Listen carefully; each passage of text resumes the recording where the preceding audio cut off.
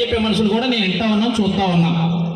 ఇంకా గట్టిగా మాట్లాడి నాలాంటి ఏదైనా మాట్లాడితే అంబేద్కర్ పుట్టించింది కూడా ఆ దేవుడు అని చెప్పే పరిస్థితి కూడా అంటే మనల్ని కన్వర్ట్ చేసే పరిస్థితి కనిపిస్తూ ఉంది.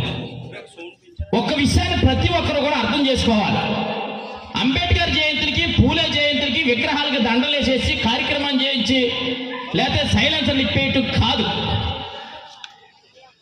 ఎవరిని ఇబ్బంది పెట్టాలని కాదు. ఎందుకంటే నేను చూస్తా ఉన్నాను, దగ్గర మేము ఉద్యమాల్లో పనిచేస్తున్నాడు మొదలుపెట్టిన తర్వాత అంబేద్కర్, పూలే కార్యక్రమాలు ఏ విధంగా జరుగుతూ ఉన్నాయి, వాళ్ళు చేసినటువంటి ఇబ్బందులు ఏంటి, అసలు మన కోసం వాళ్ళు చేసినటువంటి పనులు ఏంటి అనే దాని మీద మనం ఆలోచన చేస్తే అసలు ఏంట్రా బాబు సమాజంలో ఎందుకు మనం ఇలాగున్నాం, ఉండడానికి గల కారణం ఎంతో మంది చేశారో, ఏ దేవుడు మనల్ని రక్షించలేదు కదా అని చాలా సందర్భాల్లో మదనపాటి సందర్భాలు కూడా ఉంటాయి.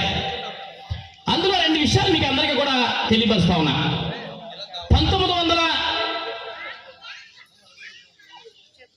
1932కి ముందు కానీ లేదు మహాత్మా జ్యోతిరావు పూలే పుట్టక ముందు కానీ సహోమహారాజు పుట్టక ముందు కానీ ఏ దేవుడు రక్షించాడు ఈ సమాజంలో ఉన్నటువంటి అస్పృశ్యులుగా, అంటరాని వారుగా, ఊరికి దూరంగా నెట్టివేయబడినటువంటి వర్గాలను ఎవరు రక్షించారు? ఏ దేవుడు రక్షించాడు? హిందువులుగా పూజించినటువంటి రాముడో లేకపోతే ముత్యాలమ్మో లేకపోతే ఇంకో దేవత రక్షించిందా? లేదనుకుంటే యేసుక్రీస్తు రక్షించారా?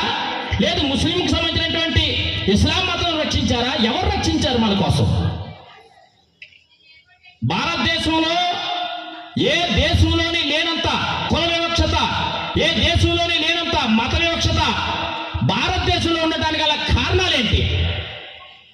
అసలు వీళ్ళ కోసం ఎందుకు మనల్ని నెట్టవేసిపడారు? అసలు ఎస్సీలుగా, బీసీలుగా, మైనార్టీలుగా వర్గీకరణ ఎందుకు? అసలు రిజర్వేషన్లు ఏంటి?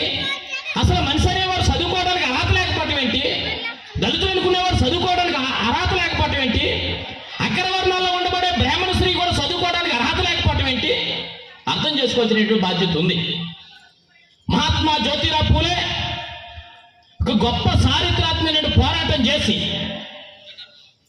ఆయన ఒక ఫంక్షన్కి వెళ్తా ఉంటాడు. ఆయన ఫ్రెండ్ కలిసి వెళ్ళేటప్పుడు బ్రాహ్మణ కార్యక్రమం, అక్కడ పూలను చూసి ఒక పెద్ద ఆయన, నువ్వు ఏ కులానికి చెందినవాడు? ఎవరంటే నేను మాలవాడు కొడుకునయ్యా, పూల తోటల దగ్గర ఉన్నటువంటి ఫలానా మాలవాడు కొడుకునని చెప్తాడు. వెంటనే సేదరించి వారిని అక్కడి నుంచి ఇబ్బంది పెట్టి పంపించేస్తే ఏడుతూ వస్తూ ఉంటాడు. ఇంకొక పక్కన మూతికి ముంతా ముట్టికి చీపులు కట్టుకుని ఇద్దరు నవ్వుకుంటూ ఎదురుకి వెళ్తూ ఉంటారు. పూలే చూసి అక్కడ అవమానితే నేను ఇబ్బంది పడ్డాను, ఇక్కడేమో మూతికి ముంతా ముట్టికి చీపులు కట్టుకుని ఇద్దరు నవ్వుకుంటూ వెళ్తా ఉన్నారు, ఏంటి సమాజం అని చెప్పి